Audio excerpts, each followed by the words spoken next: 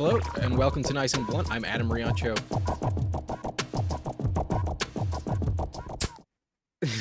Hello, welcome to Nice and Blunt. I'm Adam Riancho, and I talked through the intro. So, a little flub, but haven't done a live stream in over a week. Maybe I'm rusty. Anyways, I noticed there was a tournament probably going to fill in the next 2 days. The Hound Dog.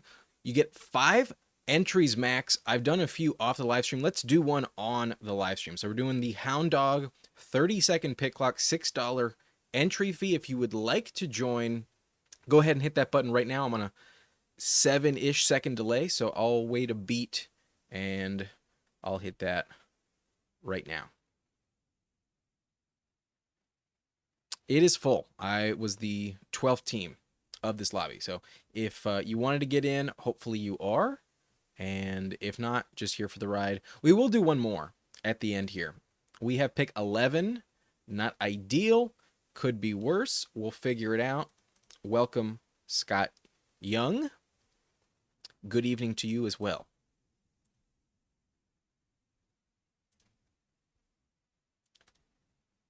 All right. Let's get everything situated.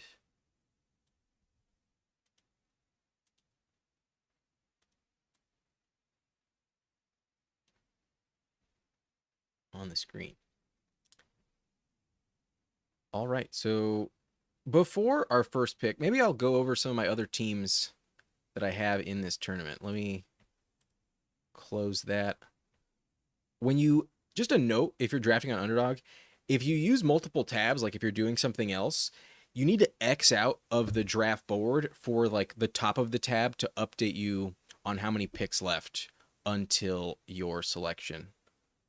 If you keep it in the board like this and you go somewhere else, it won't remind you how many picks until yours. So if you are going to pivot, just a reminder. Anyways, I've done 3 drafts in the Hound Dog already, and one of them I liked a lot. I got Jefferson at pick 6, and then I followed that up with Drake London, Tyreek Hill. Pretty rare combination to have Jefferson and London on the same team. I wish that team had a better quarterback situation, but it got great values on Mahomes at 102, falling 2 rounds, and then Fields fell 2 rounds as well. Got him in the 11th at 126. So that's the team I'm trying to beat, but I'm not going to go with like a double receiver start, most likely. I think I'm going to take McCaffrey here and just accept my fate at running back. I would much rather have McCaffrey than any other running back remaining. That's for sure. So hoping he can stay healthy. If he does, he's a smash pick. And he does have league-winning potential overall. So CMC here at pick 11. And then whichever receiver I'm in the mood for. Let's see. The Niners play Chicago in Week 17. Let's remind you here, this is the schedule. Sunday Night Football, Bears and Niners, Week 17. So that means DJ Moore is in play for us, but DJ Moore doesn't go until round 4, so that's definitely not the pick here. We have the freedom to do whatever we want. And Brian Thomas, definitely one of the more appealing picks.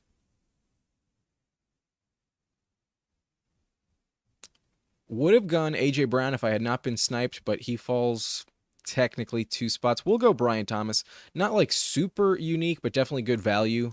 I do believe Brian Thomas is worth a top of round 2 pick. That's for sure. There's not many receivers I trust deserving of this capital. And even though it's not like a unique combo, I will happily take Brian Thomas here in the second round. When you have to wait a long ass time for your next pick, I believe it's 20 players are going to be chosen before our next pick. Taking the best receiver available, definitely not a bad decision. So a tremendously talented, happy with the CMC pick, and Brian Thomas there If not, we would have been stuck with a double receiver like St. Brown and Ladd or St. Brown and London. That's also pretty common. I would have felt a little disappointed with St. Brown and Derrick Henry as a start. So mixing it up, but I have seen McCaffrey moving up the board. McCaffrey is definitely moving up in price. I've seen him go over Gentry a decent amount. I've mixed it up on like a couple puppy teams. I actually took McCaffrey at like pick 4. I remember in that draft it went like Jamar, Saquon, Bijan, and I was like, I always take Gibbs here. Let's take McCaffrey at pick 4 and then like have a different combo, because it's extremely rare that McCaffrey is ever lined up with like these 2-3 turn receivers. That's not very common. So just to mix it up, I took him there, and I didn't hate it. It was fine. It felt a little unjustified, kind of risky, but obviously if it works out, that was the price we were paying last year. I mean, technically we were paying 101. There were very few instances where McCaffrey was ever going past pick 2. So we know he's capable of that. But to get him at pick 11, we may be looking back here in August, and you can't ever dream of getting McCaffrey at 11. So definitely a name to keep your eye on. It could be moving up the board. And don't be afraid to be the one forcing that issue. I do think it's worth it from time to time. Not all the time, but I do not want to be like underweight on McCaffrey. I've done that in the past, and it's been a big mistake. Last year it was worth it, but 2 years ago it was not a good choice.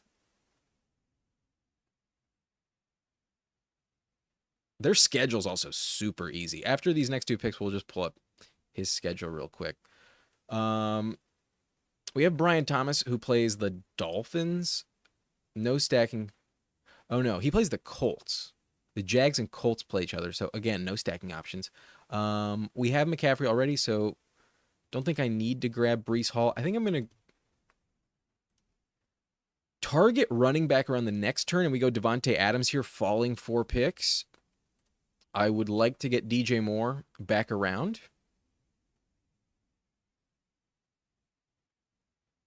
But in all honesty, the main reason I didn't take London with our previous picks is because I didn't expect Adams to be on the board. And that does offer some Week 17 correlation regarding the Rams and Falcons. So if you do take London in round 2, I do like Adams as a pick. They go Kyren instead, which also correlates in terms of Rams and Falcons. That's like dealer's choice. But I would personally rather have Adams. I see a lot of touchdown upside for him, so happy to have him in the round 3, late round 3 past ADP. Doesn't happen very often anymore. But anyways, here's that Week 17 schedule, as I mentioned. We won't hammer this too much, but reminding you of the Niners schedule. Wow. Being in 4th place this year in that division sure did pay off for them. I guess they finished 4th last year, coming off a 4th place finish. 4th place schedule this season is really valuable. At Seattle week 1, at New Orleans, that's an automatic win against the Saints, versus Arizona. So 2 division matchups in the first 3 games, but then home to the Jaguars. I don't know if Travis Hunter is going to be like elite at that point in his rookie season. I could see the Jags offense kind of stumbling a little bit. Then at the Rams, another division game. You get 6 division games, so it is what it is. But then at Tampa, this is like one of the most difficult games on their schedule. At Tampa Bay, and like the Bucs were barely above 500 last year. Then there's versus the Falcons, then at Houston, and then it's just cake pretty much the entire end of the season. Starting in week 9, we have at the Giants, that's a win, versus the Rams at home, might be a win.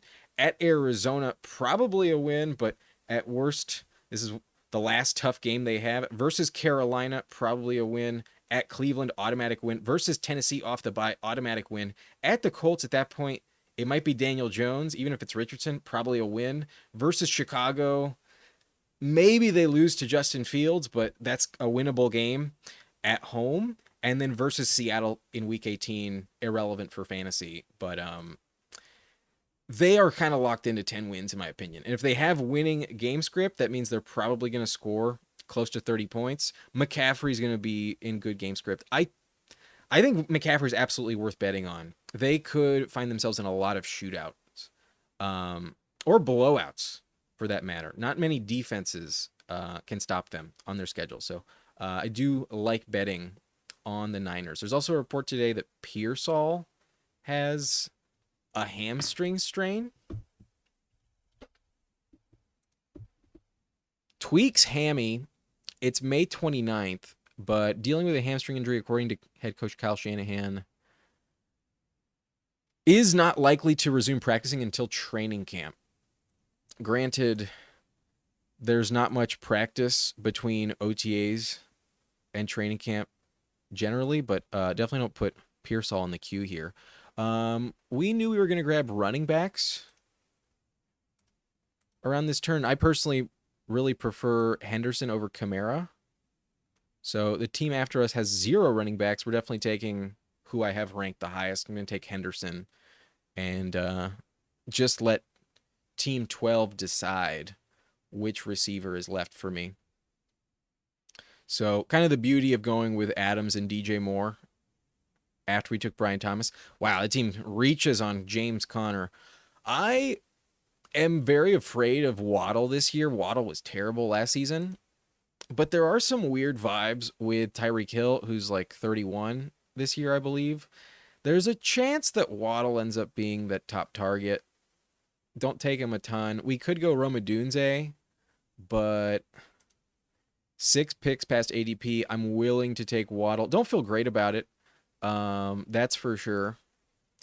Tua goes down. This pick sucks.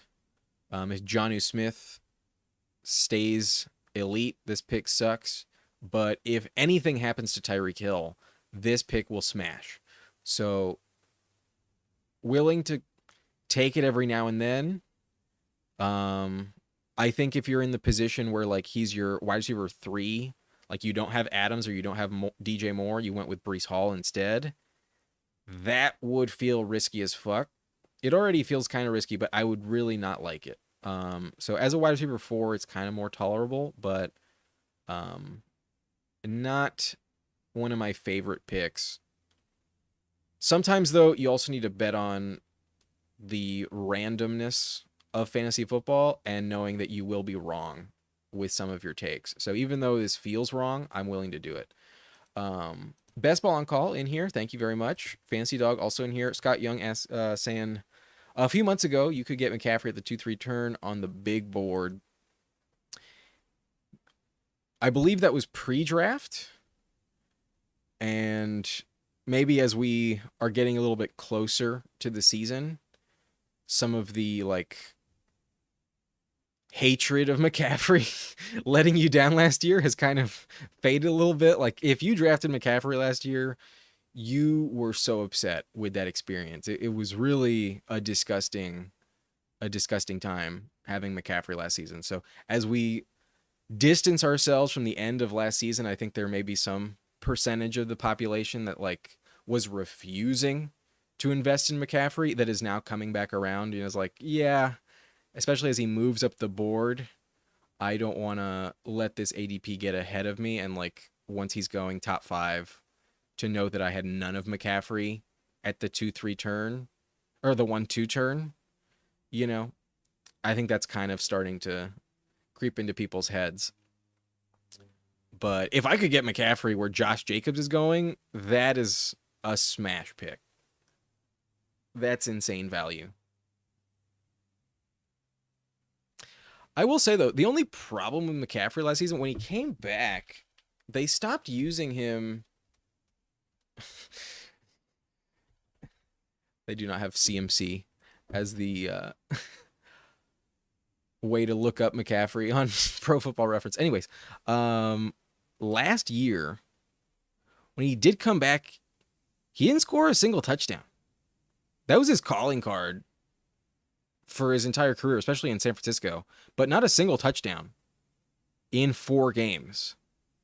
Not encouraging, but did have 6 catches for 68 yards in his first game back. Basically, really dropped off in game 3, though. Fell to just 68 yards and 67 yards the week after, but what was giving you about 100 yards from scrimmage, about 110 actually, in those first 2 games, but no touchdowns. That was a major concern. There's no one to really threaten him for touchdown production, though, so as long as he's on the field, you can't bet against McCaffrey. I feel like we've talked about McCaffrey a little too much, though, in this video, so let's move off it. However, if Aiyuk does sit there at 83, I will take Aiyuk. I don't see a difference between Brian Robinson and Pacheco. Meanwhile, I would love it if Mooney comes back around, but we'll go Aiyuk. With the Pearsall news, there's a chance that Aiyuk has more of a legit role. However, I think if anything, mainly benefits a guy like Demarcus Robinson in San Francisco. Obviously, Juwan Jennings benefits too, but if Pearsall misses time, I would expect Demarcus Robinson to be on the field a little bit. So maybe a late round flyer on Demarcus is worth your while. If you do not recall, Demarcus Robinson was brought in free agency by the Niners, but I've been drafting a lot of Pacheco, and like, it feels kind of gross, but at the same time, you compare him to the running backs going later, and it is way, way worse. So, I will continue to endorse Pacheco at ADP here in round 8, but let's read this blurb. Adds weight, looking healthy, posted 5 hours ago. Chiefs coach Andy Reid said Thursday night that Pacheco looks tremendous at OTAs and has put on some good weight. Charles Goldman reports. Pacheco missed week 3 through week 12 last season due to a broken fibula and looked like a shadow of his usual self when back in action, averaging just 3.4 yards per carry across Kansas City's 5 remaining regular season games and 3 playoff contests. When healthy, Pacheco is an explosive physical ball carrier, yada, yada, yada. Anything of value. An offseason to return to full form should securely position Pacheco top the Chiefs running back depth chart. That's what we're hoping for, despite the acquisitions they brought in free agency. So, Pacheco was a 4th-round pick last season. I really trusted him. He got hurt. Bad luck. Happens to a percentage of the player pool every year. And if he can avoid it, get back to his full self. Round 8, running back like 30 off the board, essentially, is a worth your while pick. Yeah. Running back 30 off the board. He's either like barely top 40 because he's really like just never going to be the same, or he has the job again and he's top 20 easily. So at running back, at least, Pacheco is one of my favorite picks. I do have a lot of Pacheco. I also have a ton of Henderson. I've been drafting a lot of Travion Henderson. And in terms of tier break players, those names, I do target around their respective ADPs. But one reason I've taken Henderson like crazy is because Henderson has fallen a lot. Like, I've gotten Henderson at pick 67, 68, even pick like 70 at times. And I don't understand that at all. Some people still believe in Ramondre Stevenson. I am off Ramondre. Wholeheartedly on board of the Travion Henderson hype train.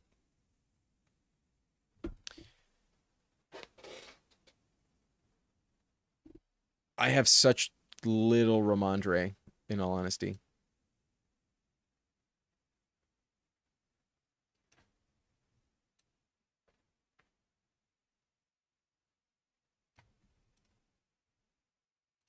Let me pull up some of my exposures.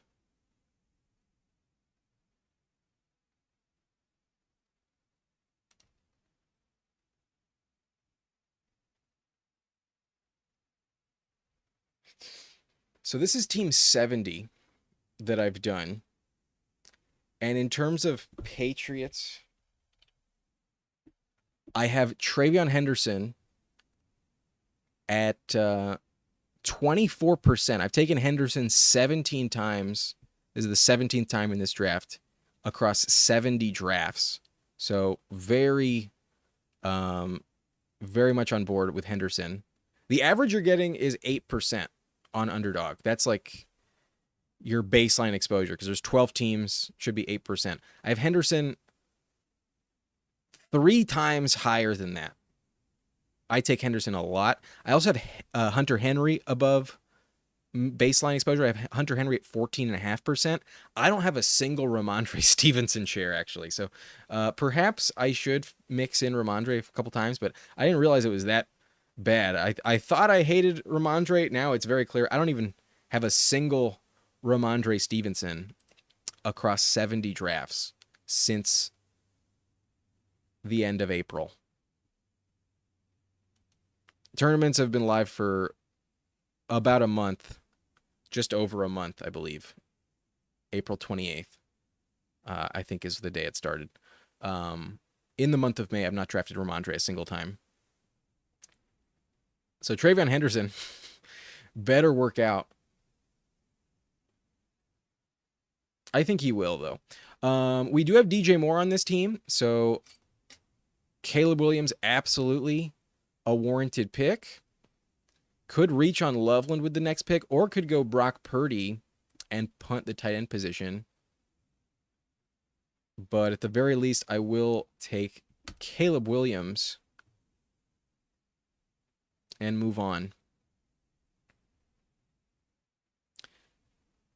We are very much invested in that Week 17 matchup between the Niners and Bears. So we could go Loveland for sure, get ourselves a double stack. I do still kind of trust Mark Andrews, but there is a side of me that's like very concerned Isaiah Likely will work out. So maybe on this team, we go with Loveland and then maybe target Likely as like a continuation of that take. Like maybe this year Andrews is not the right pick. I'm not telling you that you should never draft Andrews, but perhaps that's the reason to be fading him and taking someone else. Loveland offers us some high spike week potential, but Loveland is not like a safe pick where I'm comfortable with him in my lineup every week. I'm probably drafting 3 tight ends when I take Colston Loveland as my first, but the only reason to take Loveland is because we have Caleb Williams. I would not be doing that if I did not have Caleb. But here's the team so far. We grab McCaffrey at pick 11. Our other running backs are TreVeyon Henderson, Isaiah Pacheco so far. And then at receiver, we have solid depth. We have 5 players: Brian Thomas, Devontae Adams, DJ Moore, Jalen Waddle, and Ayuk. We've got the Caleb Williams double stack with DJ Moore, Colston Loveland, and a lot of Week 17 correlation on Sunday Night Football between the Bears and 49ers. So far the team, I think, is pretty balanced. We need Loveland to pay off, but we will bolster him on the depth chart. And then we've also got 5 receivers, 3 running backs, like a safe foundation where if we punt one of the positions and just take randos at the end, we can still kind of get by. But as risky as the Bears offense is, because there's so many mouths to feed, I've been taking a lot of Chicago Bears. I have 20% DeAndre Swift. I have 19% Caleb Williams. So that'll go above 20 after this draft. We have Rome at 12%, Roshan at 8%, DJ Moore at 8%, Loveland now at 8%. So right around baseline with them. I can't definitively tell you who's like the smash pick in Chicago, but what I can tell you is their offense is going to be pretty prolific. Very valuable team to bet on overall. And they like completely ignored their defense in the draft this season, so I don't think their defense is going to be like helping them very much. Like It's not the Chiefs offense where you can get away with a win and only score 20 points half the time. The Bears might have to score 35 every week in order to win. Like, perhaps their defensive coordinator has this shit handled, but I could see Ben Johnson kind of like throw that that side of the ball like by the waysides a little bit in terms of the game planning. I think Ben Johnson could have like a steep learning curve in terms of his like rookie head coach debut. I think the Bears will be extremely entertaining, very potent on offense, great for fantasy. They are not a playoff team in my opinion this season. Very difficult division, not an easy schedule. Going to be very entertaining, but probably max out at like 9 wins. And in the NFC, I don't think that's enough to get it done anymore. NFC got much more competitive recently. But we've mentioned we don't have a single Ramondre Stevenson. We have Henderson on this team, so let's double down and pass on Ramondre. Team behind me has 2 quarterbacks already with Hurts and Goff, so not going to take Lawrence, but I will queue him up. I should probably just grab Hollywood Brown, because if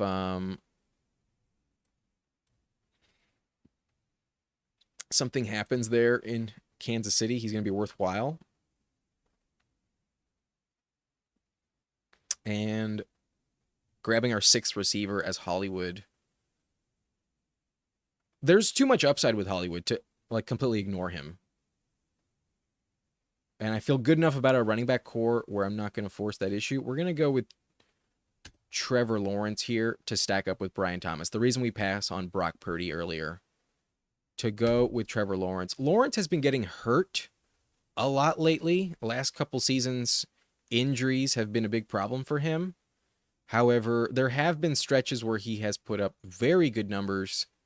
And as Brian Thomas comes into his own with some help from Travis Hunter, if he stays healthy, I do think Liam Cohen can get Trevor Lawrence in good shape for fantasy. But Reflect the Sun, very welcome to see you. Thank you for the like. And if you are watching, if you're new, hit that subscribe button, hit that like button if you're enjoying this video. Thank you, Reflect the Sun, for the number 4 like.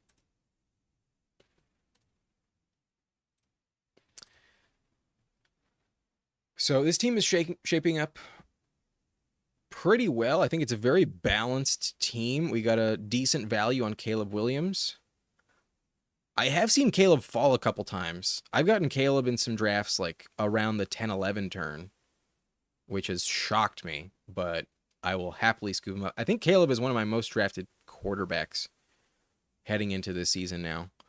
But I will need 2 tight ends to pair with Loveland. We need 3 total. And that means we're going to bet on Caleb Williams and Trevor Lawrence filling out our roster enough. So we're done at quarterback here. I think we need 2 more of every position, most likely. Definitely 2 more running backs, maybe 3.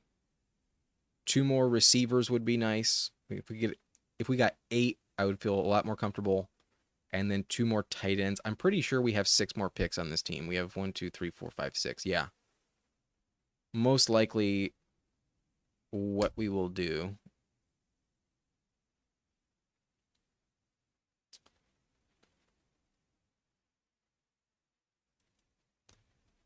And those receivers I'll probably take at the very tail end. I've been ignoring a lot of receivers past Hollywood Brown. There's very few I'm comfortable taking. Like, sometimes I'll take Tillman. You've seen me take Tillman on the live stream. Sometimes I'll take Leggett. Occasionally I'll take Knoll. If I have Love and I need the stack, I'll mix in Dobbs, but otherwise I never take Dobbs. And then as often as I take Leggett, I will take Thielen. But beyond that, I don't think there's like really anyone that I'm really targeting in the ADP at receiver that I think is worth it. And like even these guys that I just rattled off, this like group of 4 that's all going like back to back to back to back, you can really get away with less than 8% exposure on them. Like if you just at 5-6% on all of them, nothing to regret. There's not a ton of upside there. However, if you hit on a player you're drafting in round 18 that nobody else is taking, I'm not saying they're going to be Puka Nacua, but they could be Tank Dell.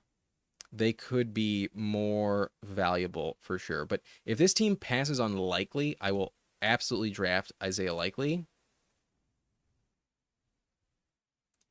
We mentioned that was going to be a consideration here. And in terms of upside, like that's the reason I'm willing to take Loveland. Like Isaiah Likely can give you 25 points in a random week. And if anything happens to Andrews, obviously, if he goes down and misses some time, we've seen what Likely can do.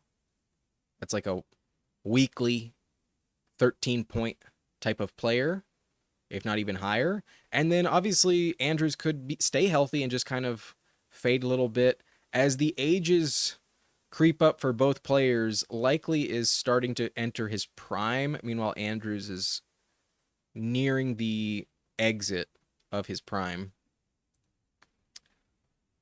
But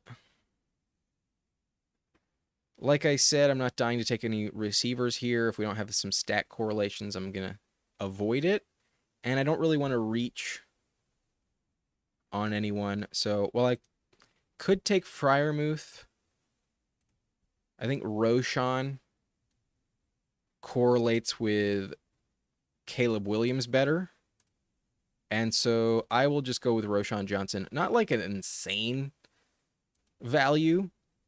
However, you have to evaluate every single handcuff with the same potential that if the starter goes down, what is their role in that offense? Roschon is clearly like the main guy. He's also been more of a goal line back at times. Last year, he did score on the goal line multiple different weeks. And we have Caleb Williams. He has good pass protection capabilities. He could play on third down a lot. Could be a good pass catcher and might have some stacking appeal. So we go with Roschon Johnson. In general, I do trust Braylon Allen and Austin Eckler more than Roschon, but for the correlation, another Week 17 Bears-Niners matchup, we go with Roschon Johnson to pair with Caleb Williams. But let's pull up the board, pull up the chat as well. Fantasy Dog asking Nick Westbrook-Ikhine. You know, he's kind of tempting after a 9-touchdown season last year. The only problem is he changed teams, and now he's on the Dolphins. And the Dolphins are super crowded, and I feel like I trust Malik Washington more than Nick Westbrook-Ikhine. And Malik Washington already has, like, an extremely minimal role that probably does not move the needle very much for fantasy. So that's why, in general, I'm very rarely drafting Westbrook-Ikhine, because when I take a gamble in round 18 on someone like that, I want to justify it with a stack with the quarterback. And if I don't have Tua, why am I taking a Miami Dolphin receiver? And in general, like if I'm not getting Jonnu, I'm not getting Waddle or Tyreek Hill, then it's like the appeal of stacking Tua is pretty low. So in general, I've been fading Ikhine. I've considered it a couple times and then I always pass. I've not drafted Westbrook-Ikhine as a dart throw. I have taken Malik Washington though a couple of times, but Reflect the Sun saying I've got a bit of Tillman and Amari Cooper. Hope he still plays, but it's very few of my drafts at least. They're worth grabbing every now and then. But Reflect the Sun says look at Pierce at 136. Maybe he is rising in ADP here. I have a lot of Penix shares. Oh, Penix goes 136. Yeah. Penix is in that tier where if quarterback does get pushed up a little bit, like Jordan Love goes 119, Drake May 121 with Herbert. I mean, even Goff goes 109, kind of early on some quarterbacks in this draft. Happy I'm done at the position. You can see some trends like that, where like when you have a long turn, you're like, I don't know if someone's going to come back around, but I don't see much of a difference between Penix and Cam Ward, Bryce Young, JJ McCarthy as well. Like they should have some great games. Are they going to be top 10 quarterbacks? Most likely not. This just feels like a weird scenario where the Drake London team reaches on him. I don't know if I'd be reaching on Penix that often.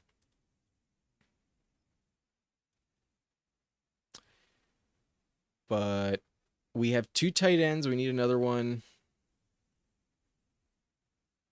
We just got sniped on Freiermuth. That would have 100% been the pick.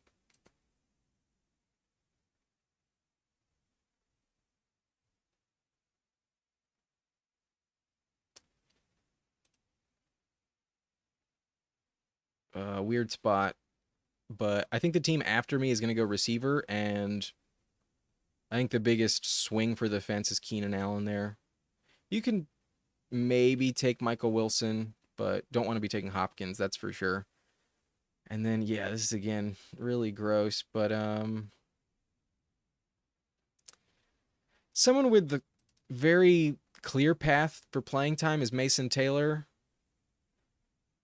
I don't love the Jets passing game, but I at least expect Taylor to be on the field.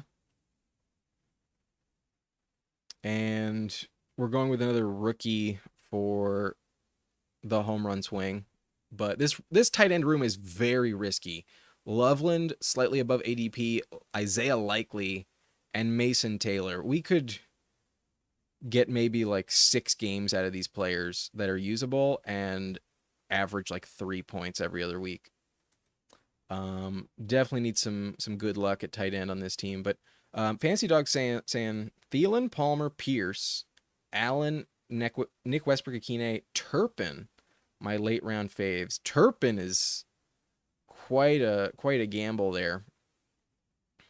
I do like Keenan Allen. I don't think he'll retire.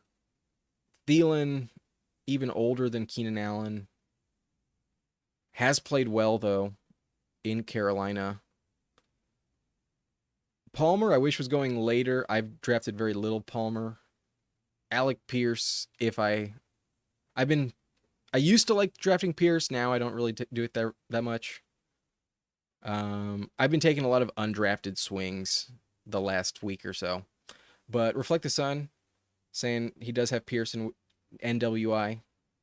Dante Thornton a few times. I've taken Thornton a few times as well. Love that Geno late round stack value because I'm not convinced Jack Betch is going to be a hit at ADP. I could see Jack Betch going a few picks before Hollywood being really, really not valuable at all.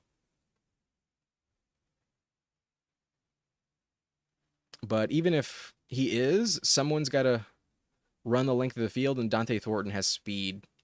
Has size and speed. In case you have no idea who Dante Thornton is, you're not alone. And for the majority of the offseason up until the draft, I didn't really have him on my radar either. Didn't think he would be a 4th round pick, but goes to the Raiders, 6'5", 205 pounds, runs a 4.3 40, has a 100 percentile speed score. So based on his weight, size, this is elite profile numbers. Best comp though is DJ Chark. So not like an elite comp, but definitely someone who has had some spike weeks, has had some value. And as someone that's very young, will be running the length of the field on those go routes. Maybe Chip Kelly dials up some plays for him. Geno likes to throw it. Geno is great on play action. Questionable hands, says Reflect the Sun, but that 4.3 speed allows you to have some optimism. We need a running back on this team pretty desperately. And someone I've actually talked myself into grabbing on occasion is Zach Moss, but I think on this team I'm not going to do it. I'm going to go Jerome Ford. How How sure are we that Dylan Sampson is the backup in Cleveland? Do we know that for a fact? Not completely. And then here, Diami's been taken. There are no Bears worth taking. I'm gonna go Jermaine Burton. I was paying attention to some of the training camp reports for the Bengals. It's May. I don't want to tell you it's like a guarantee, but like Jermaine Burton has much more draft capital round 3 than Andre Yoshivas. And Jermaine Burton was a rookie last year who really underperformed. He also fell in the draft. Everyone said he was more talented than round 3, but his personality and character concerns are the reason he fell. If he can get a foothold on his route running and gain some trust from Joe Burrow, even if Jamar Chase or T. Higgins don't go down, there is a chance he steals Yoshivas's job. Absolutely a chance for that. And then obviously, if Chase or Higgins go down, we could see an elite snap share for Burton if he also can beat out Andre Yoshivas. So absolutely a swing for the fence. Could easily strike out, but I do see like home run potential for Jermaine Burton. A player that's usually going undrafted as well, so offers some unique appeal.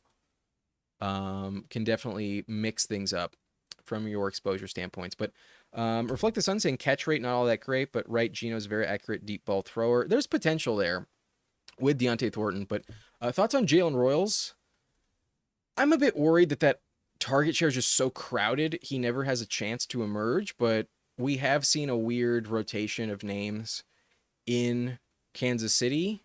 And maybe best case scenario, he's the new Justin Watson. Like, he's not going to be worse than Sky Moore. Maybe he is. Maybe he sucks. But is he going to be better than Hollywood? Most likely not. And that in that scenario, like, he's competing with Noah Gray for targets. He's probably not like a great pick. He might have a couple games with like 100 yards and a touchdown just randomly. But otherwise, I could see like 12 games with less than 30 yards. And at that point, he's irrelevant. So that's why I don't take Jalen Royals very much. Yeah. We'll do one more Hound Dog. This is the last Hound Dog I can do. So we'll do it on the live stream. I'm pretty sure I've done 4 already. And I feel like tomorrow, this tournament, you could wake up.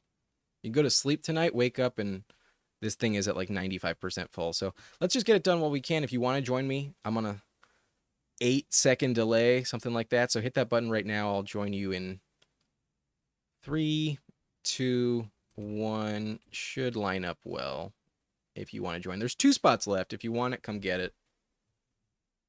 No worries if you just want to spectate. Lobby is full. So final Hound Dog for yours truly. And we get pick 12. So not good luck. We'll mix it up this time.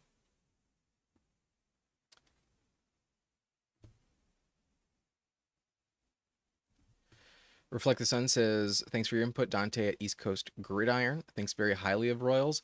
I loved his talent. If you rewind before the draft, I was actually taking a lot of Jalen Royals. I did like him as a prospect. I did think he would go earlier in the draft. I thought he was more of a late round 2, early round 3 type of option. He falls to round 4. So the NFL didn't like him as much as I did. So that's where I was like, okay, maybe I was overrating him. But it's really just the landing spot in terms of like why I'm worried about it. But maybe Rashee Rice is not the same player anymore. Maybe Worthy gets hurt or something. Maybe Hollywood just sucks, and that bet I took on Hollywood should really be going to Royals. Brock Arauzo saying, we in there. I joined this hound before starting the stream. Let's go. Number 9. Excited to see you, man. Good luck to you. Reflect the Sun saying, do we know Rashee will be ready week 1? There's an optimistic report as of today. There is some news. Mahomes is talking highly of Rashee Rice, saying he is looking phenomenal. But if there's anyone that needs to gain some favor with Rashee Rice, it's probably the guy who blew up his knee in the first place. So it's May. I'm not going to overreact to one positive training camp report. I do think Mahomes like regrets tackling his number one receiver and sending him out for the season last year, and that happened in like week 4. So like I think there's a high likelihood that Mahomes is motivated to get Rashee Rice the ball as like, you know, maybe a way of saying like sorry for blowing up your knee, bro, but also like getting this offense on track early. And because the injury happened in September last season, he has almost a full year to recover. Like if it happened Christmas Day, it would be a much different recovery timeline for Rashee Rice. It happens late September. For him to be ready week 1 is not a impossible thing. Like he could easily be ready for training camp, play in the preseason, and like 100% healthy, good to go at that time. So, we took Brian Thomas in the last one. Nico Collins available here at pick 12. We'll go Nico Collins, and then we'll correlate him with Ladd McConkey. The Texans and Chargers are playing each other. We'll take McConkey. Pick 11, pick 18 in terms of ADP. So unless someone is reaching on one of these players like I am, then usually they do not get stacked up together on the same teams. I don't see a massive difference between Ladd, London, and AJ Brown. So if we're not going to take Brian Thomas for the sake of mixing it up, let's grab the Week 17 matchup that does line up with each other. A reminder here on the screen, those Week 17 games. See Week 17 right here? If we scroll down, a game with flex appeal, a game that could be put in prime time on Saturday on that week, a rematch of the Chargers-Texans playoff game, and this time it is at SoFi Stadium. We did see Ladd McConkey absolutely blow them up on the stat sheet. Ladd was insanely productive in that game. Let's take a look at his playoff game log. He had 14 targets, 9 catches, 197 yards, and a touchdown. Granted, they were trailing heavily, but Ladd did dominate the Texans last year.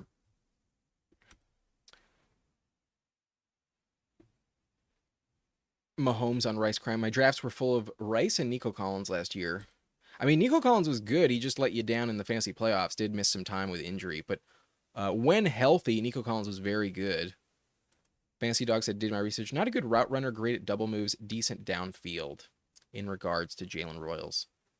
I will say this, Steve Smith loved Jalen Royals. However, last year, he called Malachi Corley the steal of the draft. This year, he called Jalen Royals, I believe, the steal of the draft.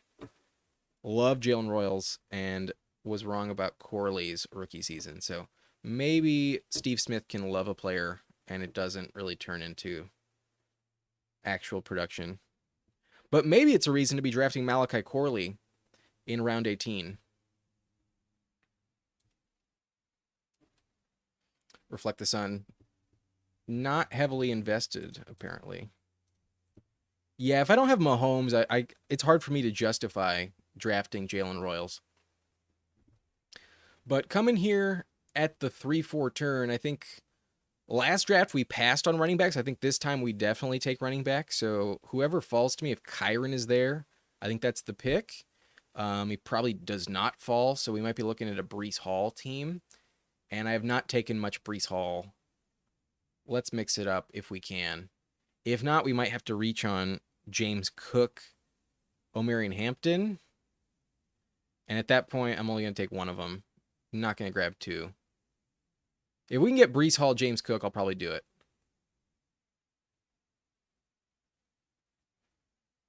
But has anything weird happened in this draft so far? Not really. Like, Malik Neighbors pick 7 is probably the strangest thing, and that's definitely not out of the ordinary. We see Tyreek Hill go at pick 18, though. That's interesting. Tyreek Hill rarely gets chosen with Adams. So that's a way to mix it up, but I would much rather just take A.J. Brown than Tyreek Hill. So the team with Gibbs at pick 6 gets lucky, goes Gibbs, A.J. Brown, Bijan, A-Chain, Rashee Rice. CeeDee Lamb goes with Trey McBride, Chase Brown. Team at 3 goes Trip, running back. And Rock Anthony in this draft with us goes Ashton Jeanty, Drake London, Mike Evans. Kyron goes 32, so we're not getting Kyron. Breece goes 34. That's a bummer.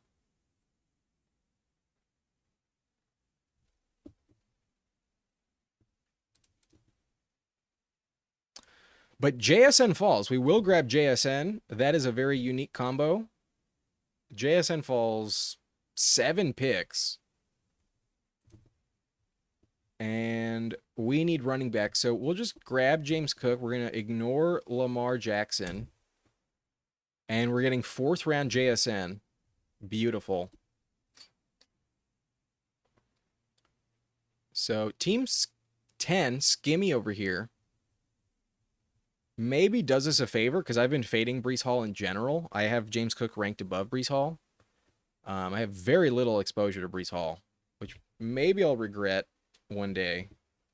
But I got so burned last year, I'm willing to hold a grudge. Yeah, what's my Jets exposure? Okay, in terms of New York Jets, my most drafted is Mason Taylor at 14%. Then it's Justin Fields at 12%. I've taken a lot of Justin Fields. I like the price on Justin Fields. Then I've overweight Braylon Allen. I've got Braylon Allen 10%. Then I got Garrett Wilson at 6%. I would like a little bit more Garrett Wilson. And then I've actually taken Malachi Corley at 4% more often than Breece Hall at 3%. Across 70 teams, I have only taken Breece Hall twice. I'm a Breece Hall hater this year. I am holding a grudge. He annihilated one of my teams last year. I had a team that was just terrible in my 10-team full PPR redraft league. I was the reigning champ, and I chose Breece Hall and Garrett Wilson on that team, and that team was ass. That was one of the worst teams I've ever taken.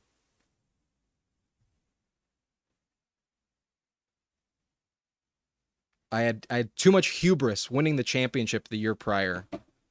That I was like, fuck it. Let's take 2 Jets in New York City. What's the worst that could happen?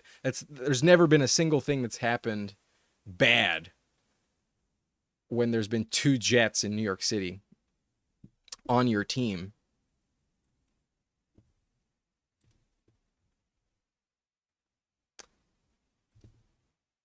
Reflect the Sun saying such a terrible waste of a year for Breece with Rodgers.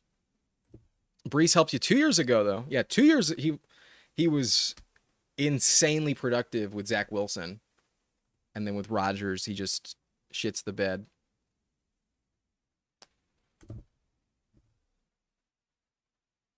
I can't believe I got JSN at pick 37. That is a steal. JSN absolutely worth a round 3 pick. To get him in round 4, that guy who took James Cook above him is really stupid.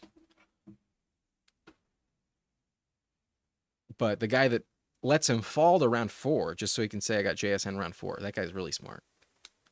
Nico Collins, Ladd McConkey, James Cook, JSN. Receivers working out. So if we want to double tap running back at this turn, we can.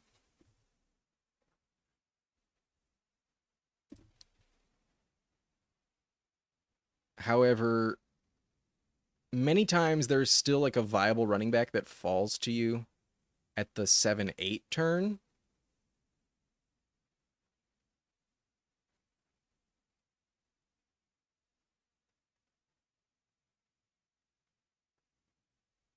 So I probably don't take 2. But Seattle plays the Panthers, so we could have gone Chuba, but he gets sniped. Rock Anthony goes Calvin Ridley. Love the Ridley pick. Love the Tet pick the round before. Ashton Genty as the staple with Drake London, Mike Evans, Tet, Ridley.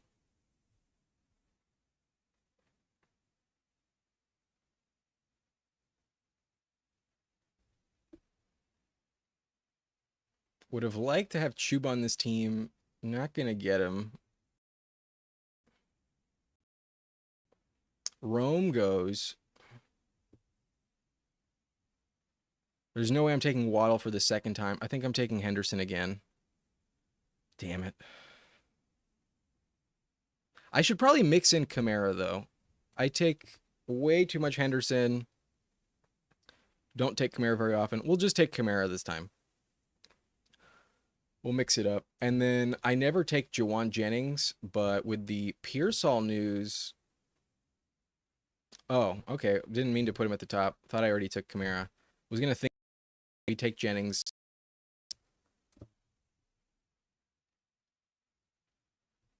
All right. So Nico Collins, Lad McConkey, James Cook, JSN, Jawan Jennings, Alvin Kamara. If Ayuk misses time, if Pearsall somehow misses time, then Jennings is probably worth it at this price. But Kittle goes very early in this draft. Kittle goes 42. And Rock Anthony follows up Ridley with Henderson. Love the pick. I like Team 9 a lot in this draft. So far, I like Team 6 a lot in this draft. Jahmyr Gibbs, A.J. Brown, Garrett Wilson, Devontae Smith, Jalen Hurts. We got a Hurts double stack paired with Gibbs and Garrett Wilson. Team 6 is looking pretty sharp. The team at 1,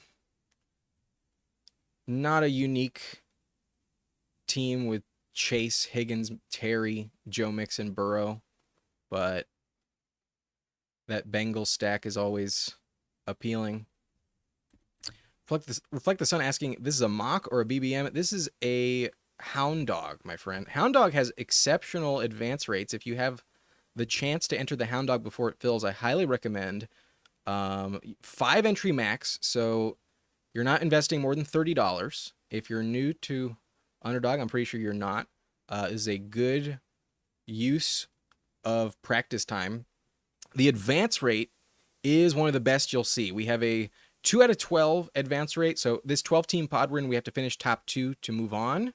That's pretty typical. But then after that, you're in a 5-team group that you need to beat. You need to finish first out of 5 teams. If you're entering the puppy, or I guess that one's over. If you're entering the Schnauzer, it's 1 out of 10. So your odds of advancing in round 15 double. 20% to advance in round 15. Then 1 in 6. So your odds fall a little bit, but still far better than the Schnauzer. The Schnauzer is 1 out of 10. So moving from a 10% chance to a 17% chance. And then the final is 104 people. And if you make the final, you get $100. So off of $6, don't expect to be making like a ton of money. If you make if you're a high finisher in week 16, you have a chance at getting $20. However, if you do make the final, you only have to beat 100 other people to finish top 4, and then you're bringing home $5K plus. First prize, $20K.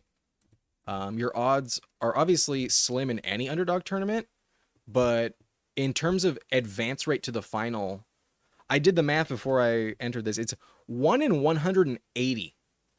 Every 180 entries, one of those is expected to make the final. If you're drafting in any other tournament, your odds are usually closer like 1 in 400. So even better than like twice as likely to make the final in this tournament as opposed to the Schnauzer or the puppy. And then Best Ball Mania is way, way less. In Best Ball Mania, you have to finish first in a 13 team pod week 15, then a 16 team group, the odds are really low in Best Ball Mania. If you can make it work, obviously the payout's way higher, but the odds of making it to the end in Best Ball Mania are pretty slim. So if you have a bankroll that you're trying to preserve wisely, this is a good tournament to use it on while you can. They'll probably have another one like this, a Hound Dog 2, probably a Hound Dog 3. I don't think they had 4 of these, though, last year.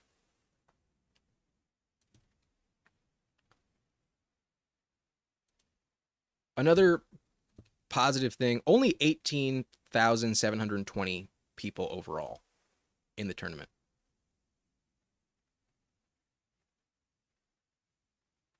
If Pollard does not get sniped here, I will take Pollard, but I expect Pollard to come off the board. So at least I have Kamara to save it. But I'd be really shocked if Dope It's J does not grab Tony Pollard here.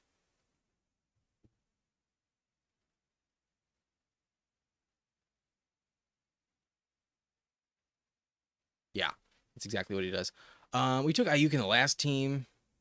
We can do it again, but yikes.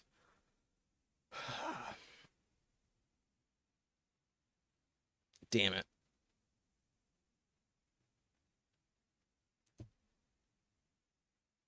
I never take Brian Robinson. I've taken a ton of Pacheco, so I'm going to go Brian Robinson. But this pick feels wrong.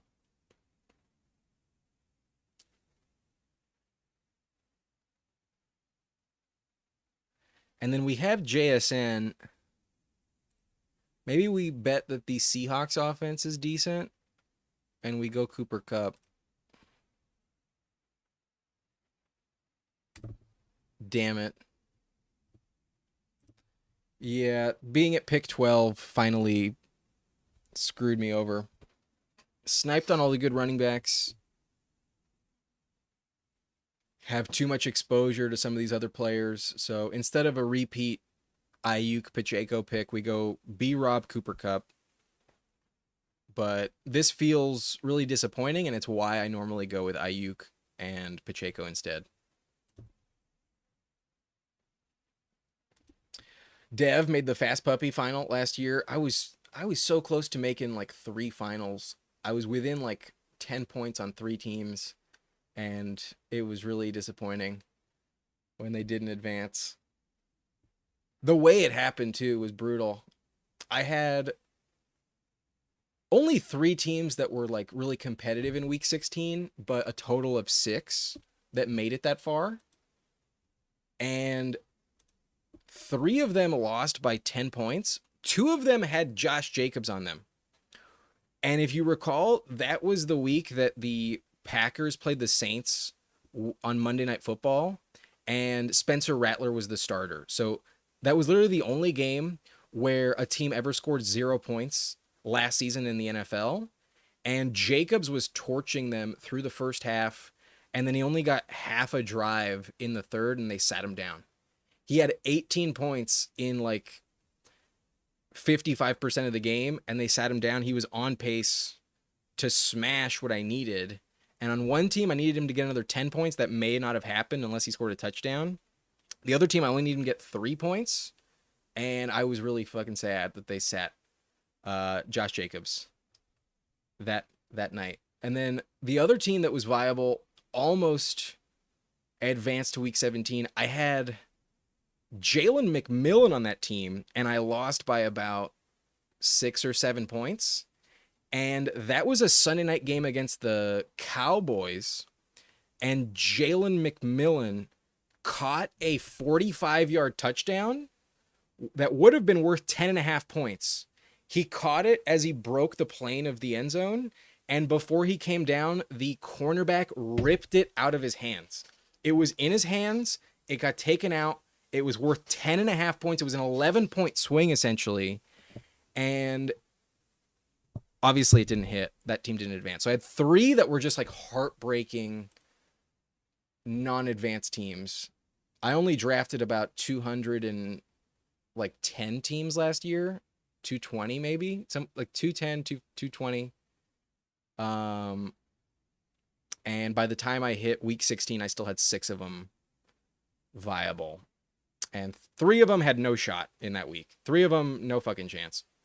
The other 3, just such a sad way to lose.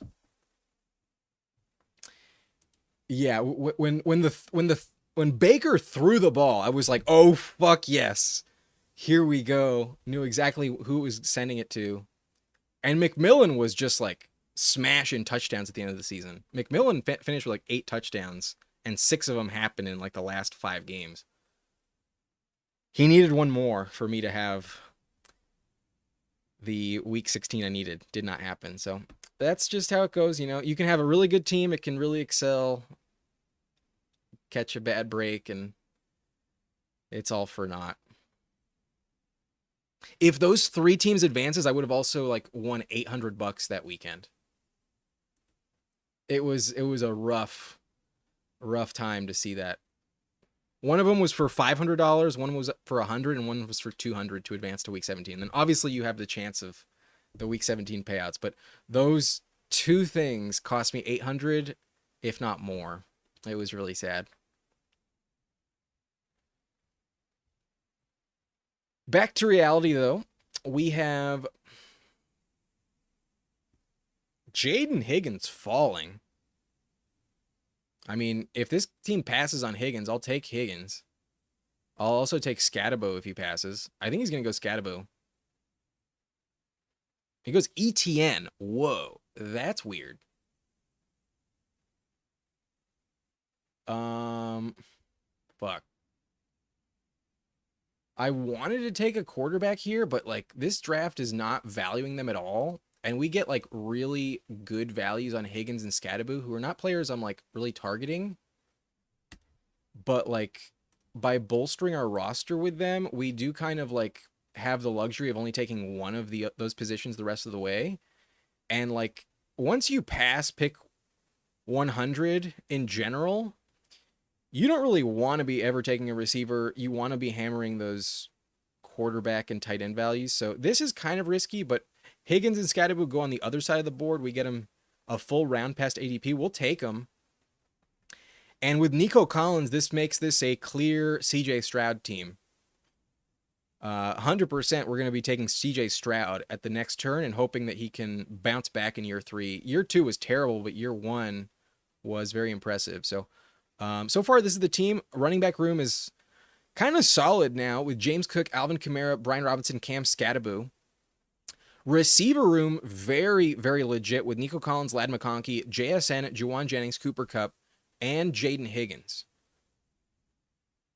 So this team is locked into CJ Stroud and Sam Darnold. And I might even throw in like Jalen Milroe if I can't find a third quarterback I like to fill this out. But maybe we target Justin Herbert. We see Brock Purdy already off the board, so that wasn't even in consideration with our last pick. Brock Purdy goes 104 to the team with Ayuk.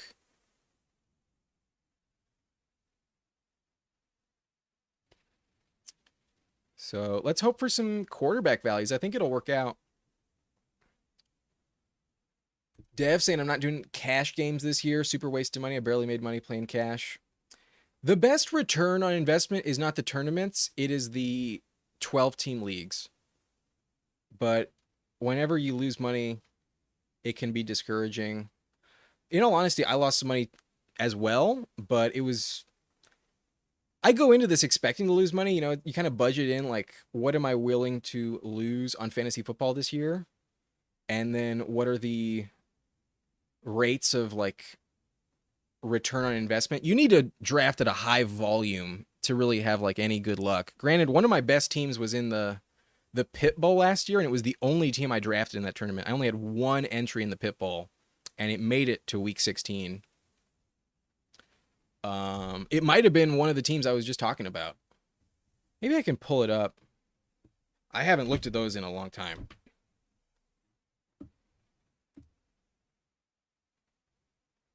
But let me see if I can find it.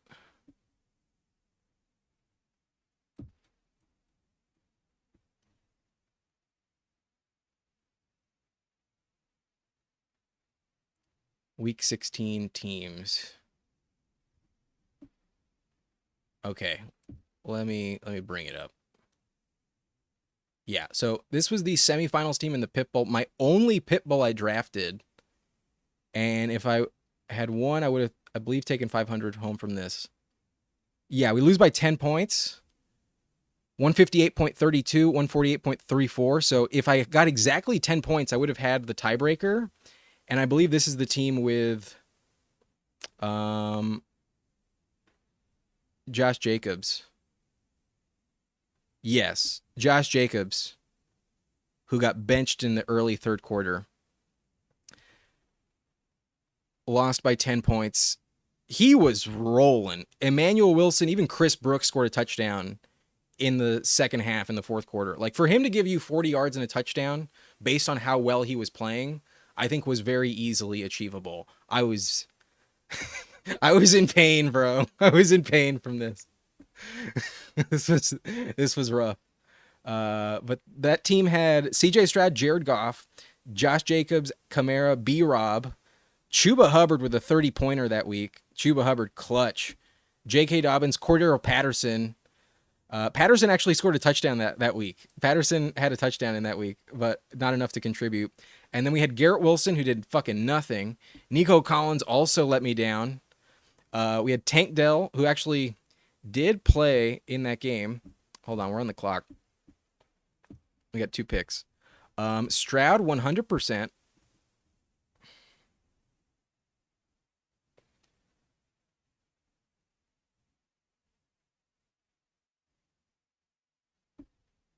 And then here, Loveland has fallen. We're at pick 133. Loveland has fallen. But I took Loveland already. I don't want to take Loveland again. Loveland has a lot of risk. As my tight end 1 again, I don't think I want to do it. Shit.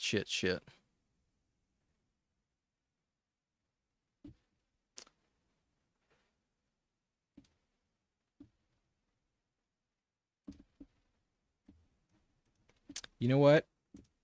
We're going to draft Ray Davis and call it a day.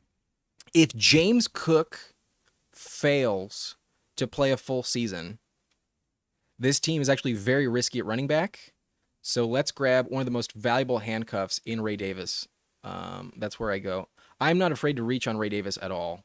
Ray Davis should be going in like round 11, really. I'd much rather have Ray Davis than Ramondre, than Tyjae Spears.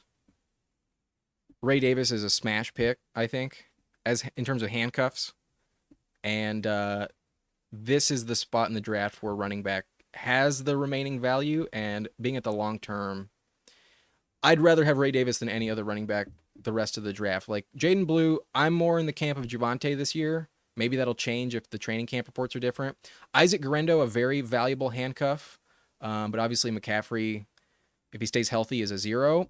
Rachaad White, I like Rachaad White as well, but Bucky Irving looks really good, and the snap share should probably decrease for Rachaad White. And then we have Trey Benson, who did jack fucking shit in his rookie season, but until James Conner goes down, will continue to do that. If James Conner does go down, Trey Benson is a fucking smash, going to get 20 touches per game. But that's the exact same scenario with Ray Davis. And right now, James Cook has a contract dispute. James Cook might be a holdout candidate, and I love Ray Davis as well, Dev. Ray Davis probably going to move up the board if this James Cook holdout lasts a long time. Get your Ray Davis shares in while you can, because if we fast forward even just like 2 weeks from now, if we hit Father's Day and James Cook has refused to go to training camp and the reports are pretty loud, expect James Cook to fall, expect Ray Davis to move up. So I kind of regret the James Cook pick a little bit, but we got boxed out. We would have had to reach on Hampton to justify it, and just betting on the Bills with both of them is not a bad move.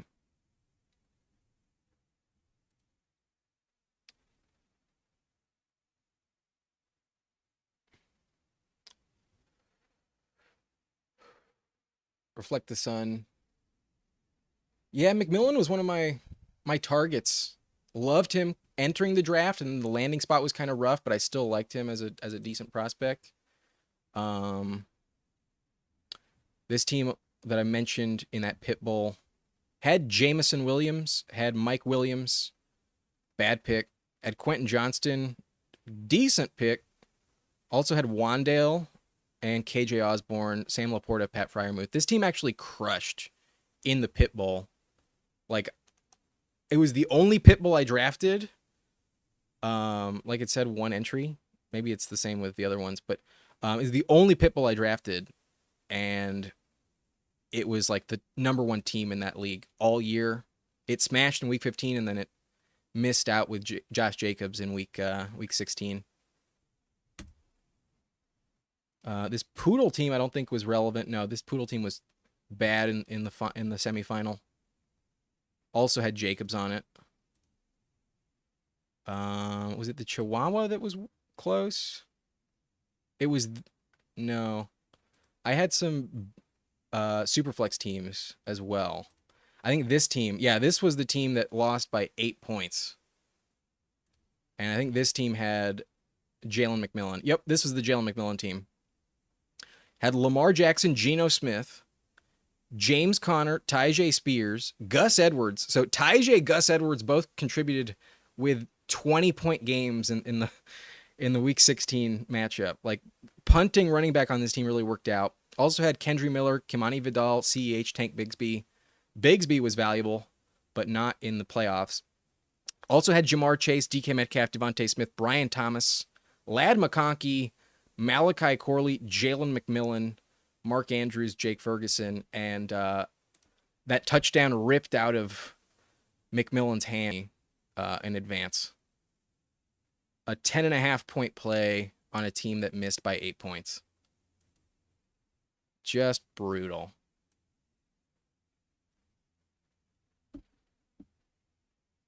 But we're definitely not drafting running back, so glad I took Ray Davis, got ahead of the run.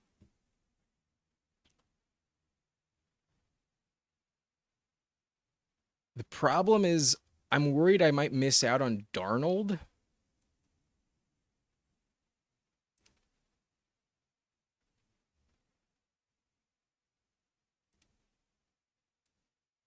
But we need tight end badly.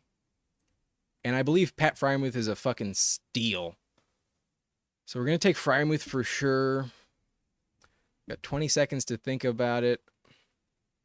If I get sniped on Darnold, I'm going to be kind of sad. He goes 183. Our next pick is 180.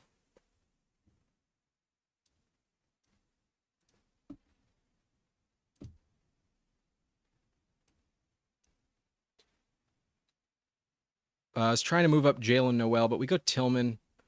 With Nico Collins and Jaden Higgins, I don't think I need Noel. Because, like, if Kirk works out, if Kirk is actually the guy you need as the number 2, then having the 2 rookies is not good. So we get Higgins at a steep discount. I almost took Noel there, but not a completely necessary pick. Maybe given how thin we are at tight end, we go with like Dalton Schultz. But hoping I can get Darnold in the next round. Dev said I did 12 BBMs this year, last year also. I'm not doing BBM this year. I don't have the money to draft a lot of, yeah. The volume on BBM and the very slim advance rate. If you have the cash roll, you know, if you have the bankroll, I guess that's the right term, to put a ton of, if you're Gilbert Arenas, you know, go ahead and chuck 3750 down the drain.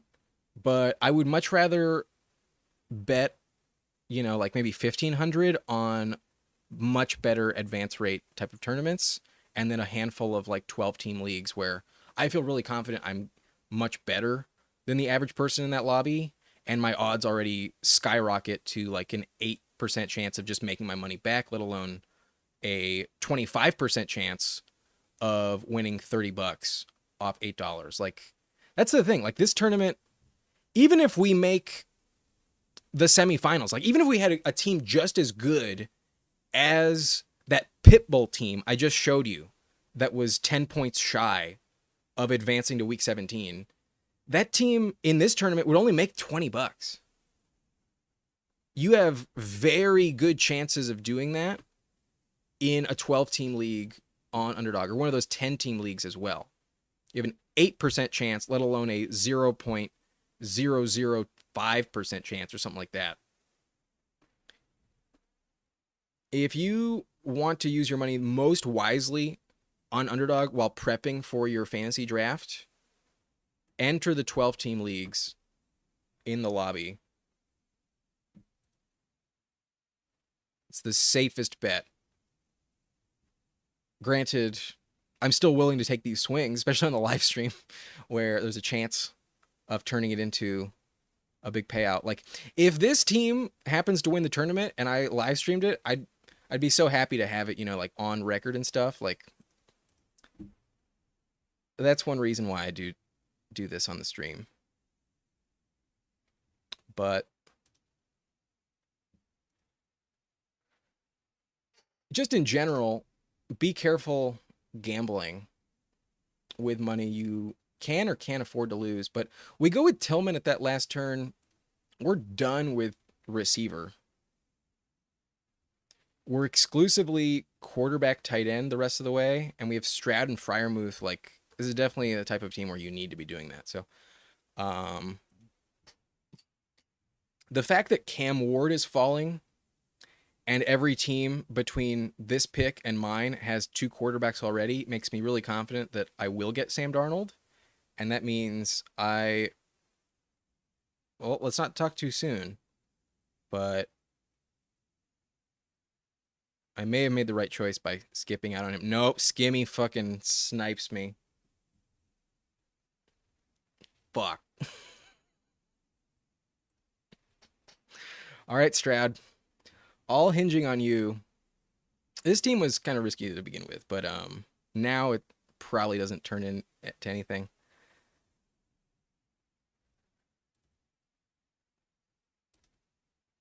We will take Jackson Dart, I think. But we'll also take Schultz. We're locked into Houston. We'll take Schultz.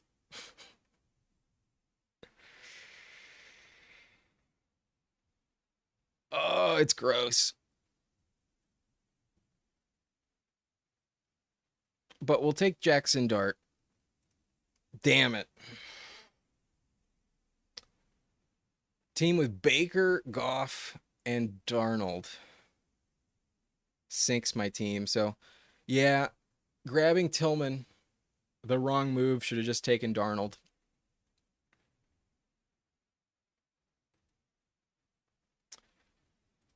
Too risky at pick 12. Everyone knows if you are desperate for position, because you have to double tap at the turn. They look for you first. Risked it. No biscuit. Didn't work out. But who knows? Maybe we will take Jalen Milroe with our final pick, and maybe Darnold never gets the job. Maybe Jalen Milroe is the next Russell Wilson, and Darnold is the next Matt Flynn.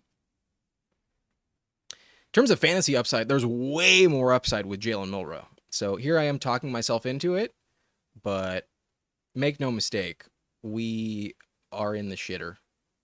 We are in a massive hole with Jackson Dart and CJ Stroud.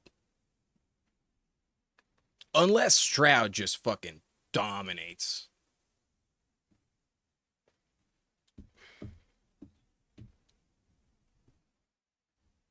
But there is one reason to be optimistic.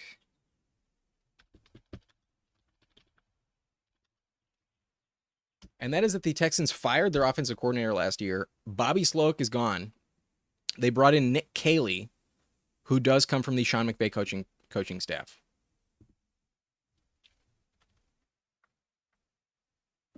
Nick Caley is the new offensive coordinator. So maybe that's why they hammered receiver in the draft. They want to go with 11 personnel, trip receiver as much as possible. And potentially that is what can save CJ Stroud. But his offensive line was a big problem last year, and they moved off of Laramie Tunsil. So will it get better? Probably not.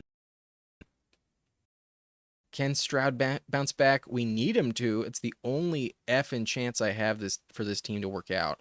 But one of the Ray Davis or Cedric Tillman picks was incorrect. Probably the Tillman pick.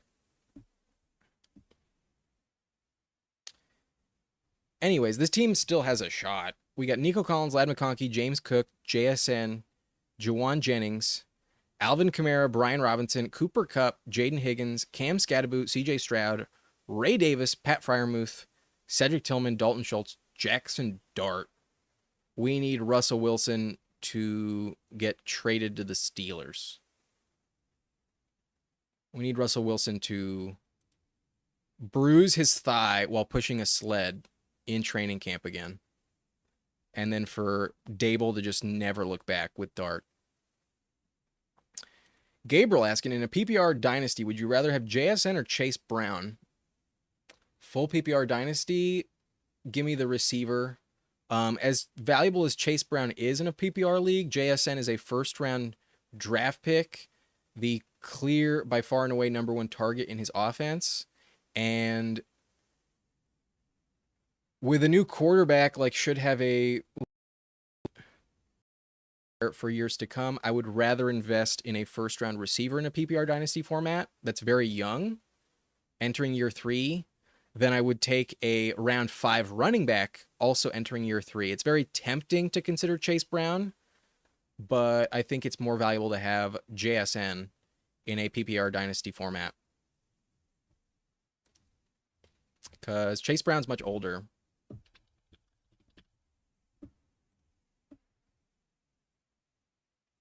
Chase Brown's 25. He was drafted in the 5th round.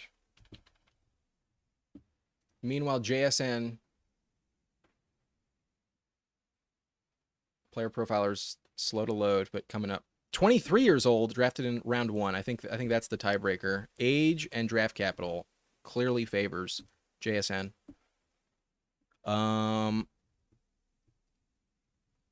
Tempted to go with Rodgers, but instead I'll take the backstack on Theo Johnson. Not going to go Elijah Arroyo anymore. And then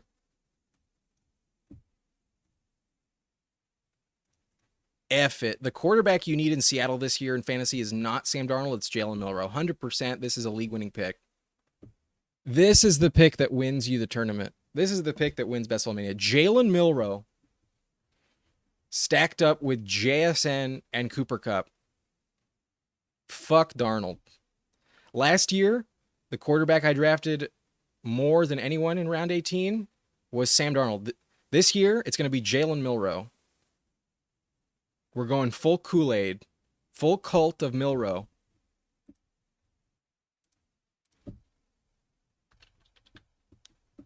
Let's glaze Milroe. We're gonna stand Milroe.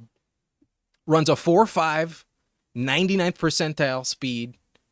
Best comp is Malik Willis. He is better than Malik Willis. He's 6'2", 217 pounds, has 9-inch hands. That is on the smaller side of the spectrum. Played for Alabama. You know the Alabama quarterbacks are always elite in the NFL. Just look at Mac Jones. Age 22. Here's the kicker, though. Here's where I'm like, if he gets any runtime, this is actually, you can maybe talk yourself into it. 726 rushing yards last season. 16 passing touchdowns. That's trash. 11 interceptions. So thank God we have this double stack with both JSN and Kupp. That's clearly the way to go about it. But Jalen Milroe, this year's Jaden Daniels. Take it to the bank. Dev, seeing him getting some Taysom Hill upside? Oh, for sure. This year's Taysom Hill. This team's probably fucked. This team probably screwed with Stroud, Dart, and Milroe. Oh, it's gross. Okay. So that's the team. Again, Subscribe if you're a Milrose stan. Subscribe if you're new to the channel. If you enjoyed this live stream, if you liked the video, hit that like button. And before we go, we're going to talk about Team 9 because Rock Anthony is in the chat, is in this lobby with us. Rock Anthony goes Genty, Drake London, Mike Evans, Tet McMillan, Ridley. Only thing I don't like about this round 5 start is taking Evans over JSN. I was super, super happy that JSN fell to me, and I'd rather have JSN than Mike Evans this season. That's my only change. Oh, what's going on here? Whoops, that was a mistake. How long did that happen? This is the team where Rock Anthony. Let me move this over. Here's your team, buddy. Let's take a look. We have 4-4-7-3, so I don't know how I feel about the 4 quarterbacks. Bro, you spiteful SOB. This Cam Ward pick is why we got sniped on Darnold, bro. If I did not get sniped on Darnold, we would have had Ward still there for us, most likely. This is some resentment. I'm taking this personal. Yet Herbert, McCarthy, Penix, you did not need Ward, bro. You did not need Ward. Nick asking, do I have X? You know, I have an X account. I never use it. I haven't touched in 2 years. If you want to reach me immediately, send me a DM on Instagram. Instagram at Nice and Blunt. Or you can email me at niceandblunt@gmail.com. Either of those I will notice if you're interested. If you're interested in contacting me, those are the places. Instagram or email, niceandblunt@gmail.com via email. But we have Herbert, McCarthy, Penix, Ward. Bro, I'm resentful as fuck about this. Genty, Travion, Swift, Najee. So good luck with the fragile running back core. You could really use a 5th. Receiver, though, is very strong. London, Evans, Tet, Ridley, Kyle Williams, Hopkins, Cooper. Tight end, TJ Hawkinson, Kyle Pitts, Chigo Okonkwo. Yeah. This team is very competitive at receiver. I like the tight end combos. And otherwise, running back is risky. Quarterback goes a little excessive. If this team was a 3-5-7-3, I think it'd be perfect. But sniping us with Ward makes me bitter about it. Maybe it's the team that wins. Maybe it's the team. I think this team is really good. All things being equal. Nick Boltage, of course. Reflect the Sun. That's my background now, mixing in the best ball content to get there. Saying that to Deb. Okay. That's going to be it for this live stream. I believe that is all for today. Yeah, single shot is what we need. And again, subscribe if you have not done so already. Like the stream if you're new. And look out for more videos, more content. I'll see you next time. Next time we'll be drafting a pug. I still have 2 pugs left. I'll draft both of them on the live stream. Save the pugs for the stream. Anyways, it's Thursday night. Hope you have a good one. Hope you enjoy your evening. And I'll see you next time. Thank you for watching. Nice and Blunt.